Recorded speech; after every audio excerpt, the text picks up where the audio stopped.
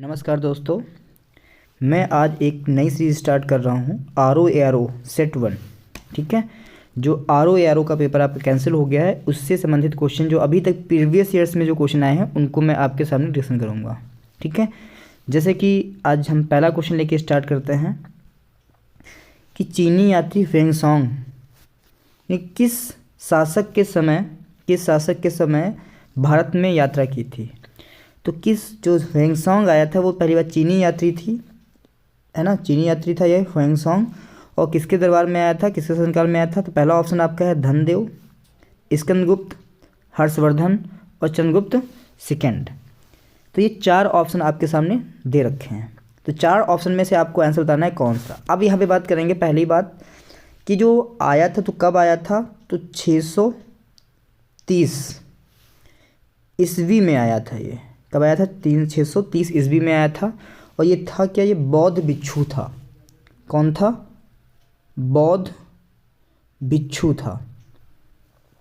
ये आपका बौद्ध भिक्षु था। ये आया कब था आपका, 630 ईस्वी में आया था। और ये रुका कितने साल तक था, ये 15 वर्ष तक रुका था। कितने वर्ष तक, 15 वर्षों तक रुका। अब इसकी एक बुक थी, उसका बुक नाम था सी यू की। क्या नाम था, सी यू की। अब इतनी सारी चीज़ें आपको बता दी है। पहली बात, चीनी यात्री जो आया था फेंगसोंग वो बौद्ध भिक्षु था, 630 ईस्वी में आया था।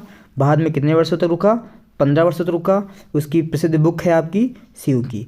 किसके दरबार में आया था, तो इसका जो आंसर हो जाएगा वो आपका आंसर हो जाएगा हर्षवर्धन।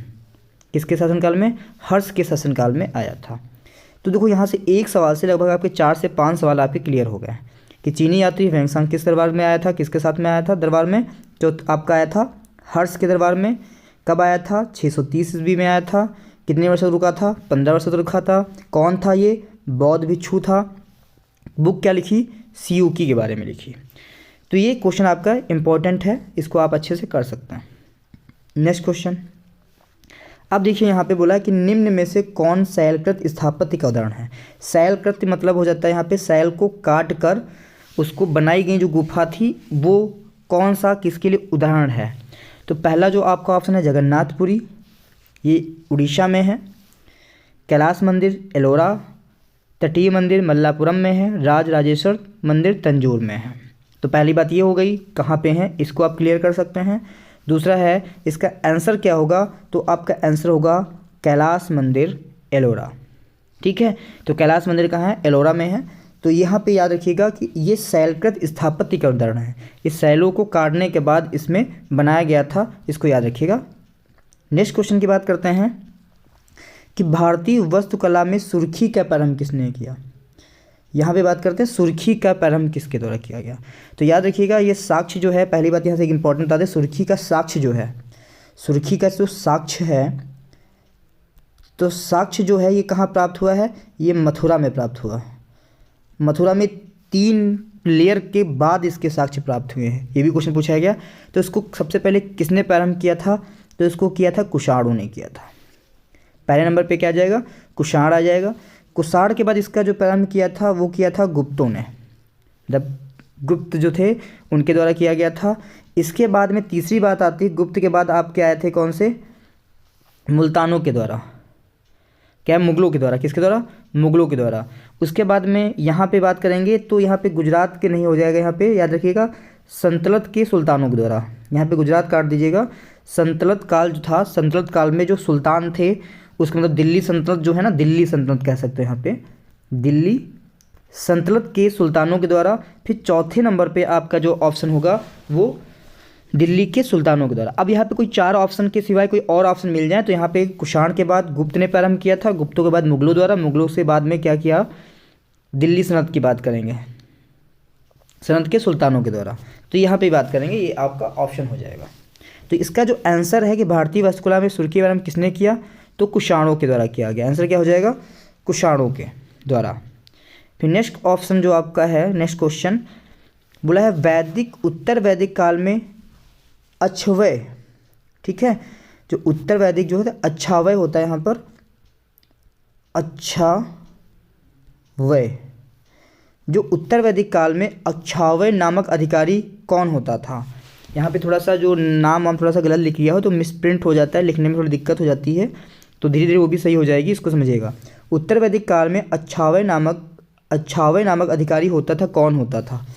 तो पहला जो ऑप्शन है आपका धार्मिक कार्यों को संपन्न करने वाला अधिकारी, धार्मिक कार्यों को संपन्न करने वाला अधिकारी। दूसरा ऑप्शन है आय और व्यय का विवरण रखने वाला अधिकारी। तीसरा है राजा का प्रमुख मुख्य सलाहकार, सेना के प्रमुख अधिकारी। तो इसका जो आंसर हो जाएगा वो ऑप्शन आंसर हो जाएगा बी ऑप्शन। आय और व्यय का विवरण रखने वाला अधिकारी जो होता है वो अच्छावय नामक अधिकारी कहलाता है। उत्तर वैदिक काल में अच्छावय जो होता है वो आय और व्यय का विवरण रखने वाला अधिकारी होता है। ठीक है, इसको आप लोग अच्छे से नोट कर लीजिएगा। नेक्स्ट क्वेश्चन की बात करते हैं कि निम्नलिखित में से कौन सा सुमेलित है, कौन सा सुमेलित है? तो देखो यहाँ पे ऑप्शन जो आपका दिया बराबर की पहाड़ियाँ तमिलनाडु। तो अब यहाँ पे बताइए, अब देखो यहाँ से क्वेश्चन भी क्लियर हो रहा है आपका और बाकी जो भी 4 ऑप्शन है वो भी आपके क्लियर हो जाएंगे। जैसे बात करेंगे बराबर की पहाड़ियाँ तमिलनाडु में हैं, तो बराबर की पहाड़ियाँ तमिलनाडु में नहीं है। अच्छा, बराबर की पहाड़ियाँ बनवाई किसने थी? ये अशोक ने बनवाई थी। अशोक ने बराबर की पहाड़ियाँ बनवाई थी। कहाँ बनवाई थी? तमिलनाडु में नहीं, बिहार में बनवाई थी। कहाँ पे? बिहार में। फिर आता है भरहूत स्तूप जो है किसने बनाया था, कहाँ बनाई गई थी? तो ये आंध्र प्रदेश नहीं है, यहाँ पे आंसर होगा मध्य प्रदेश, मध्य प्रदेश। ये यहाँ पे क्या आंसर होगा? बिहार। और यहाँ पे अमरावती बौद्ध स्तूप जो है या कर्नाटक नहीं, ये कहाँ पे है? आंध्र प्रदेश। कहाँ है? आंध्र प्रदेश। अब यहाँ पे सुमेलित कौन सा है? तो सुमेलित यही हो गया उदयगिरी गुफा उड़ीसा। ठीक है, उदयगिरी गुफा उड़ीसा ये सही है, बाकी जो ऑप्शन के हिसाब से गलत हैं। ठीक है, नेक्स्ट क्वेश्चन जो है, बाबर ने सर्वप्रथम पादशाह की पदवी कहाँ धारण की? तो बहुत इंपॉर्टेंट, पहला ऑप्शन है दिल्ली, समरकंद में, काबुल में, फरगान में। तो इसका आंसर क्या होगा? आप लोग कमेंट बॉक्स में बताइए। तो इसका आंसर जो हो जाएगा क्या होगा? टाइम देते हैं आपको 3 सेकंड का। तो इसका आंसर हो जाएगा काबुल। याद रखिएगा, बादशाह की पदवी कहाँ पर धारण की? काबुल। अब देखो उसके युद्ध महत्वपूर्ण जो है, पहला है आपका पानीपत, दूसरा आपका इसका खानवा, तीसरा है आपका चंदेरी, और आपका है कौन सा बचा आपका? देखो, पानी पिया, खाना खाया, चल दिया, घाघरा, उसके बाद मर गया, 1930 में मर गया। तो ये आपका 1526, फिर इसके बाद 1527, 1528, 1529, 1530 में इसकी मृत्यु हो गई। ठीक, तो महत्वपूर्ण इसके 4 ही महत्वपूर्ण युद्ध हैं जो आपको एग्जाम में पूछे जाते हैं। नेक्स्ट क्वेश्चन है, भक्ति आंदोलन प्रारंभ किसके द्वारा किया गया? तो भक्ति आंदोलन किसके द्वारा प्रारंभ किया गया? तो पहला ऑप्शन है आपका तुलसीदास, सूफी संत, सूरदास, अलावारो द्वारा। तो इसका आंसर क्या हो जाएगा बताइएगा आप। तो भक्ति आंदोलन का प्रारंभ किसके द्वारा किया गया? देखो, इनके आंदोलन नाम इन लोगों से नहीं है, इन्होंने आंदोलन संबंध नहीं है यहाँ पे। तो इसका आंसर हो जाएगा अलावार जो संत हैं उनके नाम। यहाँ पे आलावार है, आलावार नहीं है, अलवार संतों द्वारा, ये आलावार संतों होते हैं, इनके द्वारा प्रारंभ किया गया। फिर नेक्स्ट क्वेश्चन की बात करेंगे हम कि मुगल मनसबदारी व्यवस्था के बारे में कौन सी कथन सही विचार है? तो मुगल मनसबदारी व्यवस्था जो थी, तो इसमें मनसबदारी अनुवांशिक अधिकारी होते थे, ये ऑप्शन बिल्कुल गलत नहीं होते थे। दीवान कार्यालय द्वारा इनको वेतन दिया जाता था, ये भी ऑप्शन गलत हो गया। फिर तीसरा है मनसबदारों के 3 वर्ग थे, बिल्कुल सही बात है। दूसरा, जात और सवार पद प्रदान किए जाते थे, ये बिल्कुल बात सही है। तो ये 2 ऑप्शन आपके सही हैं, 2 ऑप्शन जो आपके गलत हैं। ये आपके ऑप्शन जो मिलते हैं ये 1 2 3 4 ऐसे करके देंगे, कौन सा सही है ऐसे दिया, इसमें आप बना नहीं सकते, हम लिख नहीं सकते। अभी मैं मोबाइल पे ही चीज़ें बना रहा हूँ, धीरे धीरे आपको डिजिटल बोर्ड पे भी व्यवस्था मिलने लगेगी। अगर आप लोगों को सपोर्ट रहा, अच्छे से आपको क्वेश्चन अच्छे मिल रहे हों, तो वीडियो को अच्छे से शेयर कीजिए और लोगों को भेजिए।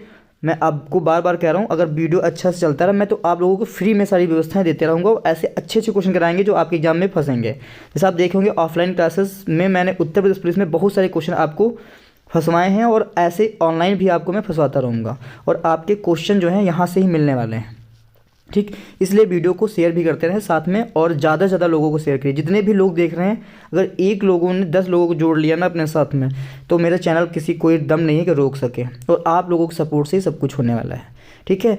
तो मैं आप लोगों से इसी वीडियो के माध्यम से कह रहा हूँ कि आप लोग अगर मेरी मेहनत लग रही है, अच्छे क्वेश्चन करा रहे हैं, तो लगातार इसको शेयर कर दीजिए और ज़्यादा से ज़्यादा इसको सब्सक्राइब करा दीजिए, ठीक है। नेक्स्ट क्वेश्चन की बात कर देंगे हम। दारा शिकोह को कहाँ दफनाया गया था? तो ये यहाँ पे क्वेश्चन बढ़िया है कि दारा शिकोह को कहाँ दफनाया गया था। तो दारा शिकोह को दिल्ली में दफनाया गया था। कहाँ दफनाया गया था? दिल्ली, इसका आंसर सही हो जाएगा। दारा शिकोह को कहाँ दफनाया दिया गया? दिल्ली में। ये क्वेश्चन बहुत पूछा जाता है, इसको रट लीजिएगा। नेक्स्ट क्वेश्चन है, कौन सा सही सुमेलित नहीं है? कौन सा सही सुमेलित नहीं है? तो देखो यहाँ पे क्वेश्चन 4 क्वेश्चन तैयार होने वाले हैं। सही सुमेलित नहीं, स्थायी बंदोबस्त लॉर्ड कॉर्नवालिस, बिल्कुल सही हो गया। सहायक संधि लॉर्ड वेलेजली, ये भी बिल्कुल सही है। स्थानीय स्वशासन लॉर्ड रिपन, ये भी बिल्कुल सही है।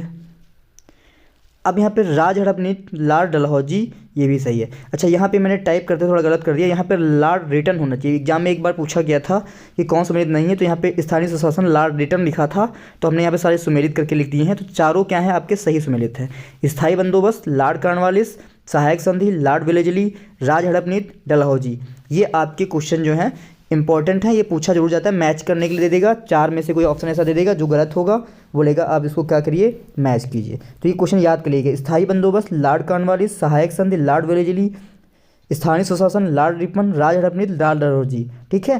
तो ये याद रखिएगा। नेक्स्ट क्वेश्चन है कि प्रथम अखिल भारतीय समाजवादी युवा कांग्रेस के सभापति कौन थे? ये ऐसे क्वेश्चन है जो आपके एग्जाम में मिलने वाले रहते हैं, बहुत ज़्यादा इंपॉर्टेंट रहते हैं। अखिल भारतीय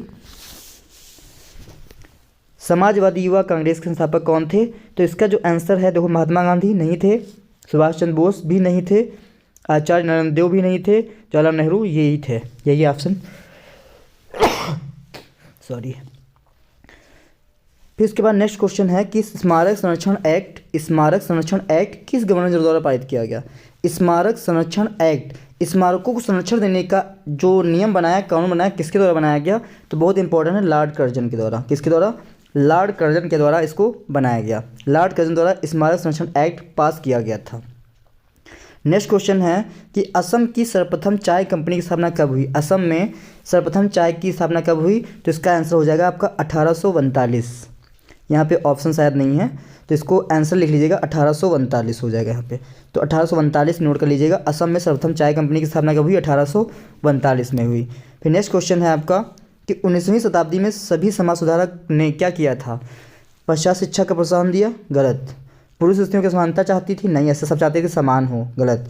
मूर्ति पूजा का विरोध किया, मूर्ति पूजा का विरोध नहीं किया, ये भी आपका ऑप्शन गलत हो जाएगा।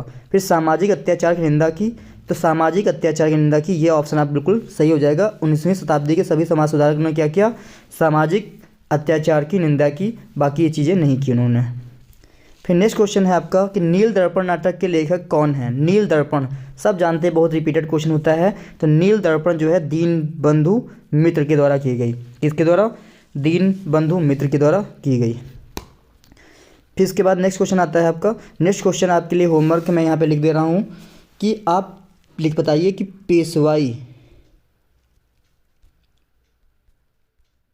पेशवाई को कब समाप्त किया गया? समाप्त किया गया, पेशवाई को कब समाप्त किया गया? दूसरा ऑप्शन है, एक क्वेश्चन आपके पास और मैं दे रहा हूँ कि आप बताइए संगमरमर क्या है? संगमरमर जो है क्या है? संगमरमर क्या है? मतलब इसमें ऑप्शन है आपका आग्नेय सेल, कैंट्रिक सेल, अवसादी सेल, तलछट सेल। इस क्वेश्चन को क्या करना है आपको कमेंट बॉक्स में लिख के बताना है इसका आंसर क्या होगा, ठीक है। धन्यवाद।